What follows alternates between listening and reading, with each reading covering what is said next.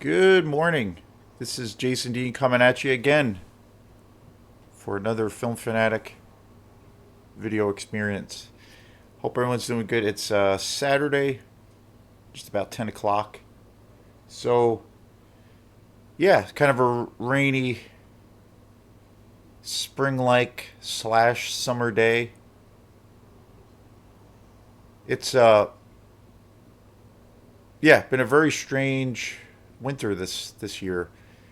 Last night, or yesterday, it rained all day, but then it got like almost 50 degrees and it was super weird. I'm a sucker for warm weather and warm climates, but it's kind of ridiculous. Especially in wintertime, can't really adjust to it. But it'd be cool to have some, snow. I'm not a big fan of the winter, but I actually like the snow a lot. And I'm kind of craving that. We've only had a little bit. We haven't even had a real substantial amount of snow yet. We had one day where it snowed and it was enough to where it was nice out and it was pretty out, and it stuck and was like maybe an inch or two at the most. But that was about it. But anyway, so we had our quantum show last night at the good old Poor Farm in Union, Maine. I want to thank Bill, who is the owner of the Poor Farm, and I want to thank some friends that showed up. Some friends I was really surprised. I didn't know they were back in town, so that was a nice surprise. And there's a little crew of ladies that I know that are always great, and they always come out to a lot of our quantum shows, and they like to dance, and they always, you know, put out all this cool energy. So that was really great that they showed up. The show was great. We had a really great time. It was our first show back as a band. We hadn't played any gigs for a few months now, so it was really nice. We're back to with Quantum. We're back to setting up weekly practices, so we're doing that again. There's a lot of new material that we've been working on again, which has been nice. I've been writing some new tunes. I've written a few tunes since our last few gigs this or now last year. We played a few shows, I think, and it was around like September, October. Yeah, it was like October was our last show that we played. So it's been a little while, and then some of the downtime, and around that time I started writing some new tunes, some new ideas. So, and we had a lot of downtime, so I was just kind of, for Quantum Front, I've been just trying to book some, like I've said in previous shows, I was trying to feel like this summer was really great with, we kind of got some new momentum going this summer. I feel like with the new album that we put out, and the shows were really great, and we got to play out a lot. Kind of wanted to try to keep up that momentum to a degree, so been trying to work on putting together some more shows through this year. It's always tough because of the season. It's always a funny thing because I always hear that a lot where people will talk about, you know, the scenario that there's not enough people around here to support a music scene or gigs turnout wise when it's not in the summertime. And I understand that.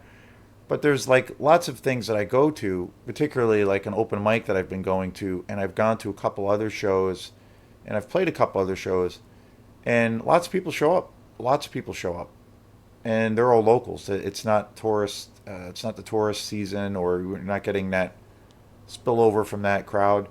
Lots of people show up to those things, but I think it's hard. People are more insulated during the summer, during the winter. They get, and it's a little bit more of a challenge to get them out during the winter. But I think if things are promoted pretty well, things can happen. But it's always a funny thing. It's always a funny thing. I think there definitely is an audience, even in the wintertime. But I don't know. It's a tricky thing. People are funny that way.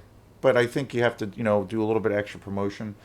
Last night's show, I played with my friend Tom Luther, who is an amazing, one of the most talented people I know.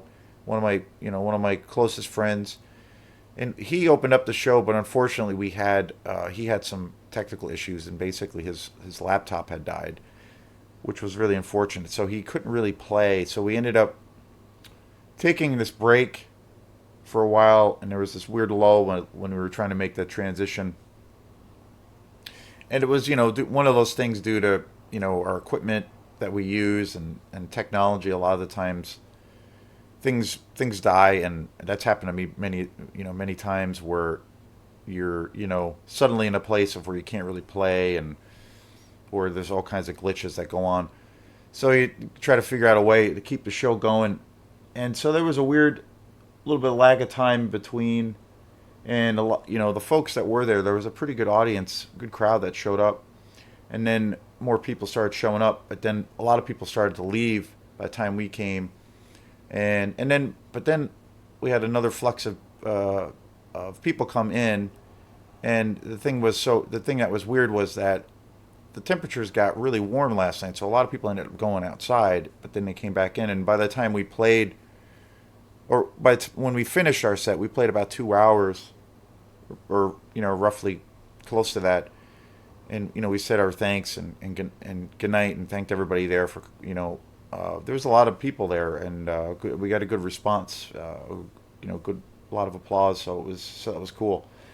But it's always that thing of like when things like that go wrong, you just have to like figure out how to to navigate through that. I've been on the road. We were on the road for a while with Quantum, and I remember we were playing some shows, around the state and out of state, down in Connecticut and Massachusetts, and we had some shows in Vermont, and I remember that same exact thing happened to me in Vermont at this club, and it was a disaster, but I had to like take a break and kind of reevaluate, and then we did play, even though it wasn't what we intended on doing. So that's it just happens, certain things are just totally out of your control. But anyway, it was still a great show, and look forward to doing more. It was our first show back in a while, so it was really nice to kind of get back on that horse and try to build up the sound again, and build up the hopefully strengthen up those muscles that might have been gotten a little fatty over the last few months from not playing any shows. But that was great, and it was super fun, and it's a great space. So, and then the next show that we have is going to be on the 28th of this month, and it's going to be at the Gypsy Rose, January 28th, the Gypsy Rose in Camden, Maine, 9 o'clock to 11, with my good friend Spencer Roulard and his project Method for Madness, which is a really awesome project. And that we're trying to build that more of like well, of a more of a dance party kind of thing, like where we're encouraging people to kind of have that mindset when they come, and hopefully we do a good job and get people moving and stuff. So stay tuned for that. And we'll also be doing a show pretty soon where we're going to do a live set on WRFR, which is a community run and owned radio station in Rockland. They have a real eclectic assortment of shows, and it's great. Spencer has a show on there where he does an electronic music thing on Saturdays, and we're going to do a set as Quantum on the air live, so that will be a lot of fun. So stay tuned for that. So we have some things coming up, trying to keep it a little bit more on the active front as far as the winter time and the winter months. As we make it through the winter, even though seasonally it's definitely winter time, because things are very different usually during the winter, but climate wise it's not really feeling like winter, so it's always strange. Uh, so this movie today is a movie actually I've been wanting to get to for quite a while, because a lot of the movies I've been doing, the majority of the movies I've been doing these shows on, have been all movies that are kind of considered to be exploitation movies, whether they're the classic giallo exploitation movies from Italy. Uh, I've been doing tons of reviews for all kinds of Italian horror exploitation movies. Lately, I've been doing some European as well as some. The last two shows I did were on two Mexican exploitation movies, horror movies. So I've been trying to, again, that's always the main focus of the channel is to try to, cover some, spend some time covering some like really obscure movies.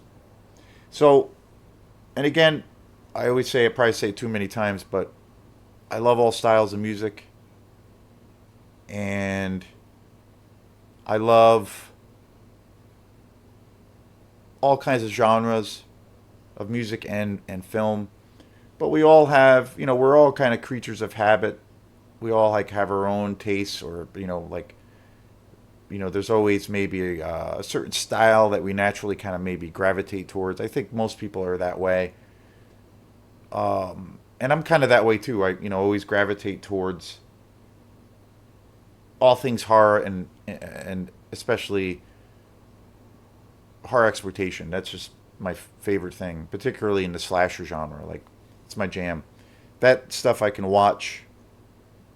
I don't have to be in a certain mood to watch exploitation movies. Some people have to be, if you might come home from work one day and you're like, you know what, this today was a stressful day. I want to, I want to watch a nice, slow kind of murder mystery movie, or some kind of, suspense movie, but like a slow paced movie that's kind of maybe engaging but relaxing. Or they might come home and they're in the mood for, a comedy, and they want to like just kind of find something that gets you to laugh your butt off, which is, a normal thing. But for me, with horror and exploitation, horror exploitation oriented kinds of things, I'm, kind of in that headspace most of the time, which is pretty funny. But I I can watch that kind of stuff anytime. I don't really have to be in a certain kind of mood. The thing that I love about really diving into this whole world, and again, it's something I've always been into since I was a kid. But the thing that I love, and the thing that I've noticed more and more within the films I've been buying, especially the films in the exploitation world, is the amazing amount of variety of different kinds of things that are in these films. Where you have, certain films like, say, you know, one example could be like Dario Argento, his movie. I did a review on his movie Inferno, which is just, I think, a masterpiece.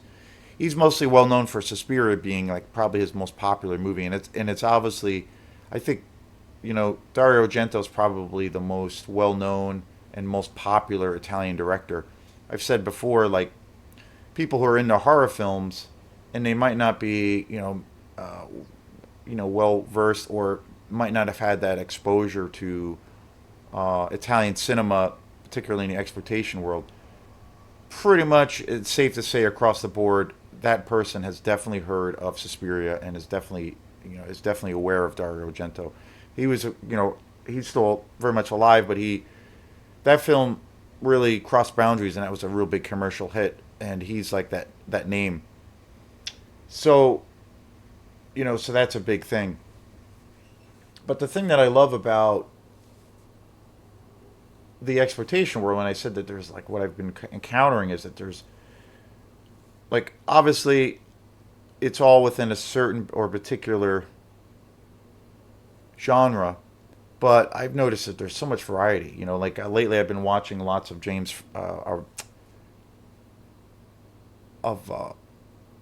Franco films, and or just Franco films, and his things really tote that line. A lot of his films that I've noticed, like, they have this real kind of art house quality to them, with the visual element and the storylines. Even though there's other films of his that are, pretty grotesque, and they obviously really push the envelope as far as in the exploitation world, particularly around the horror, giallo world, and sex exploitation. But there's also these aspects of his films that they kind of cross into this art house thing, where I think it could bring people in that are more into, say, the European art house kind of genre as opposed to, the trashy,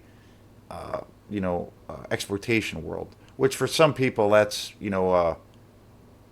they have to be in a particular mood to see that, or it might be too much for them, which is understandable. But he crosses those boundaries, or it really has a real expansive kind of thing in his films, which I really love, and it's he's got so many different elements. But then a film like I mentioned too, Dario Argento's Inferno, for instance, I did a show on that. That movie's definitely a horror movie, and it's definitely like horrific and nightmarish. But the way that film is shot and the beauty of it, just on the visual sense alone, kind of I feel like could appeal to people who are into foreign films and so-called art house films, not really per se the people who are into like the grindhouse thing. But it's kind of I think there's that back in the days of 42nd Street, which I've talked a lot about in the 70s and 80s in New York City when it was the mecca for the whole grindhouse cinema. Those films were foreign films, art house films, and exploitation films were all kind of on the same bill. So you kind of had that same audience that was attracted to. It was kind of built in. So there was this like already like a cross pollination between those styles, even though to a degree it's pretty distinct. I have a few friends that I know and people that I know that love movies, but they're really into um, you know art house films, like more maybe you would consider it to be you know highbrow foreign films. Like one example, say in the Spanish world, would be Pedro Almodovar, who's one of the greatest filmmakers, and he makes a lot of amazing films, amazing Spanish films that definitely have a little bit of an art house quality, but they're kind of highbrow. They have bigger, large budgets, really incredible acting, all around, like just just an amazing presentation.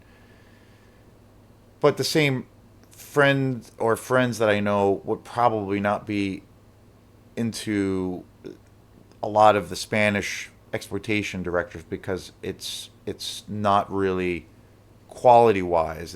It's not as, I guess if you want to look at it, as sound. Like the acting's not always great. The stories are a little bit all over the place. They're really kind of dirty. They're really low budget. They're a little bit raunchy. Some of for example, Jess Franco's films, kind of totes that line. But I feel like he's one of those guys that could appeal to people like that, especially in our like, the way things are now, where it's easier to be exposed to these like underground gems. So since I've been doing all of these shows, and the focus has mostly been on these kind of obscure films in the exploitation world, I figured that this movie here, which I think to a degree is arguably, it might be like the first quote unquote exploitation film that was ever made. Tod Browning's Freaks. I think that it's a pretty good argument. I think it might be safe to say that this film could be, the first exploitation movie ever made, just because of how the film was put together. And it came out. It's hard to believe it came out in 1932. I picked this up. I had seen this a bunch of times growing up, and I had kind of forgotten about it. And then a few years ago, I was in Goodwill, and they had this on DVD, and I was like, "Great!" And I remember hearing about this quite a few years ago, again, and I was like, "Oh yes, Freaks!" Like that's it's kind of a legendary cult movie, but it also was incredibly controversial. And it was mostly centered on the controversy on this film was basically it's centered on this on a carnival setting. So, and it's centered on these freaks that are part of this freak show. And the controversy around the film is basically Tod Browning, the director. assembled people who are like essentially who have these abnormalities. They're playing themselves, and there's a lot of scenes of where there is cruelty pushed onto a lot of these actors that are playing themselves essentially, that were born with all these, or you know, certain kinds of physical abnormalities and deficiencies. So there are aspects of it where you're seeing something happen for real, and it is a little bit disturbing. But the overall story is really about them really rising up against these, well, freaks, if you want to use that word, essentially are rising up against their enslavers, and they're rising up against their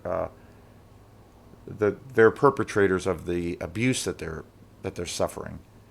So it really is. I feel like even though there's aspects of this film that are pretty disturbing, and that what you're seeing is kind of real, I feel like it is to a degree a film that's really about, kind of rising above um, a heavy degree of oppression, and they turn the tides on their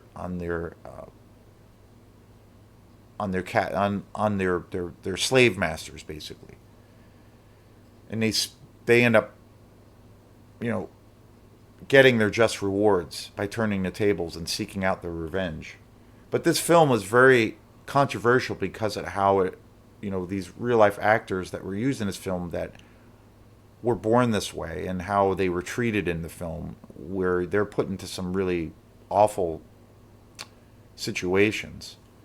So it is generally a disturbing movie to a degree, but I also feel like after watching it again, after not seeing this film for many, many, many years, I felt like it actually has this real optimistic and an empowering kind of view that these characters, with what they do, especially through the narrative of the film and the conclusion, where they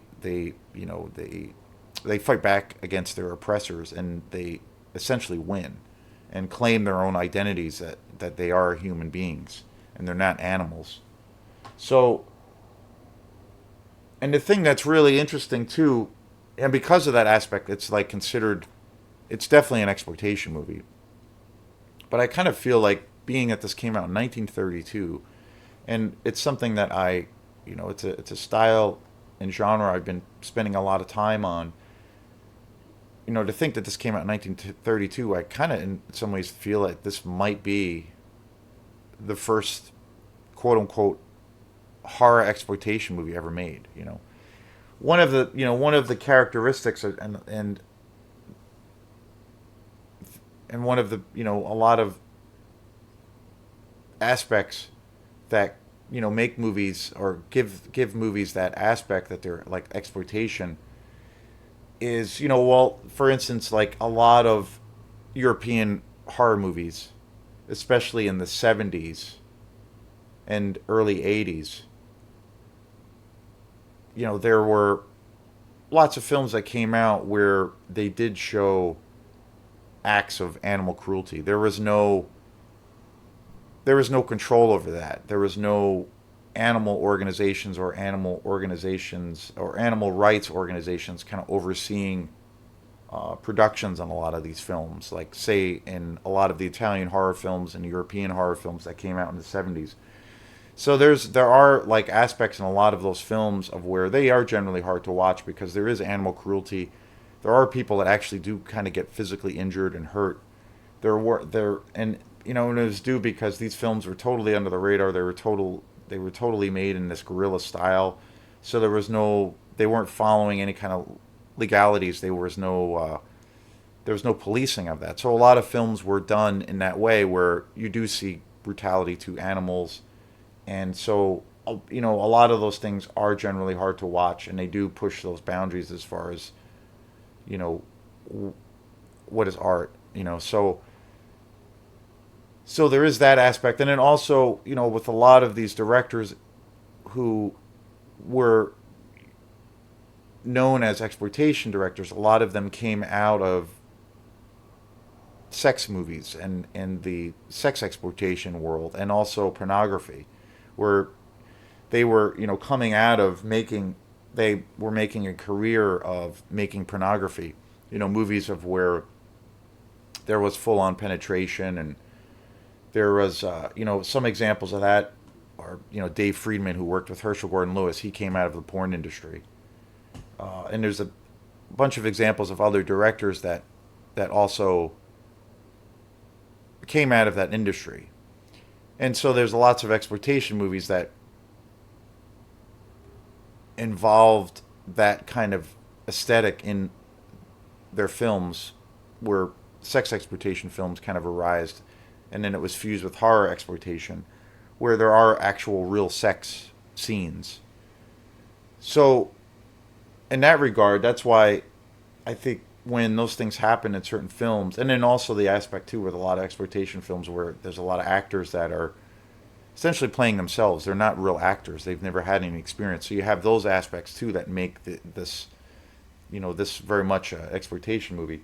And this by that very definition of exploitation, fits very much into that world. And to think that this came out, in 1936 is mind-boggling. And it's, I think this film, to a degree, would be a hard film for certain people to watch because of those aspects of where, these folks and these characters are essentially playing themselves, and there are scenes of like mental and physical abuse. But again, like I said, it's also, I feel, by the time you reach the conclusion to the film, it's an empowering movie, and it's beautifully directed.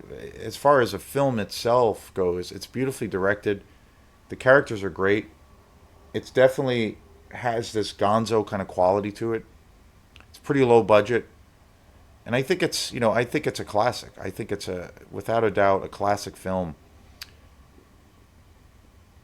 And Tod Browning, is a pretty well known, pretty much an iconic director in the horror world, particularly around the things that he did. Probably most notably is he directed Dracula, starring the iconic Bela Lugosi, which is like probably one of the most iconic movies in cinematic history, and obviously one of the most iconic characters being Dracula in history. He also directed The Unknown in 1927. He also directed Mark of the Vampire in 1935. And then another film called London After, which came out in 1927. It's wild how far back this stuff goes. And all these films, I would say they're all considered really early exploitation movies, and just wild. Like this stuff was coming out then. The Unholy Three, which came out in 1925. The Devil Doll in 1936. Just wild. Like this stuff is predating, by 70 years of all the films that came out in the 70s and 80s.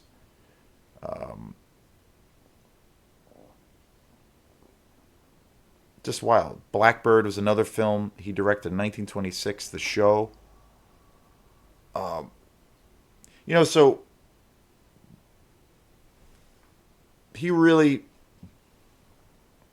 Tod Browning was a real iconic director, and he really left his mark. And he was doing these, essentially these exploitation films, light years ahead of anyone else. So just wild. And it would be great. Like I said, I only have this on DVD. But this DVD is great. I picked this up, like I said, a few years ago at Goodwill in Rockland, and it's packed with special features. There's a couple hours of special features, lots of interviews with people who are, film historians. There's a lot of coverage of the controversy around this film. I honestly think, when you think that a film like this, when it came out, say in 1936, and as far as I know, this film was a pretty popular film commercially, and even at that time, obviously because of the way the film was put together and the use of real people in the film, it was, obviously very controversial. But if a film like this came, I honestly don't think a film like this would be probably allowed to be made today because of lots of rules and lots of coverage of cases of abuse, involving actors and studios and the climate that we're living in. So very interesting times, and I think this movie was ahead of its time. Obviously, from a pure, even from just outside of just say a pure like exploitation kind of perspective of where this movie really set a precedent, and I think it was a very influential movie, and that it was, in fact, so ahead of its time by many, many years.